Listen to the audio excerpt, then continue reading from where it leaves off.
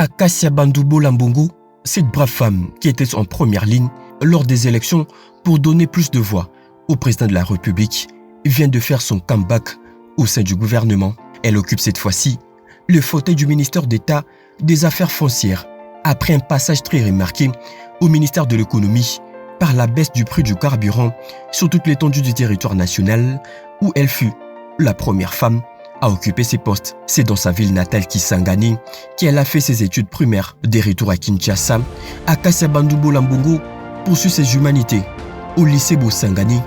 Une année après, au lycée Molière, elle est la super lauréate de sa section commerciale à l'édition de l'examen d'État. Peu après, elle force les portes de l'université protestante au Congo où elle est détentrice d'un diplôme de Bac plus 5 en économie, administration des affaires, options, finance, banque et assurance obtenue avec mention distinction. Toujours assoiffée d'apprendre, elle poursuit ses études en France où elle a décroché un Master 2 en économie. Actuellement, la nouvelle patronne des affaires foncières est finaliste en deuxième année des diplômes d'études approfondies en économie à l'université protestante au Congo. Dès par son intelligence particulière, Akacia Bandoubo n'est pas passée inaperçue à l'UPC. C'est à l'âge de 17 ans qu'elle a débuté sa carrière en politique. Une ascension éclair, enrôlée en 2006 comme candidate aux élections législatives. En 2007, changement de cap, elle rejoint l'UDPS. Très vite, elle est devenue le numéro 2 de l'UDPS en France et n'est manqué en aucune manifestation qu'organisait le parti d'Etienne Tshisekedi en Occident. D'un plateau de télévision internationale à la radio comme via les réseaux sociaux, Akacia Bandoubo ne lésine nullement sur le moyen pour porter haut les idéaux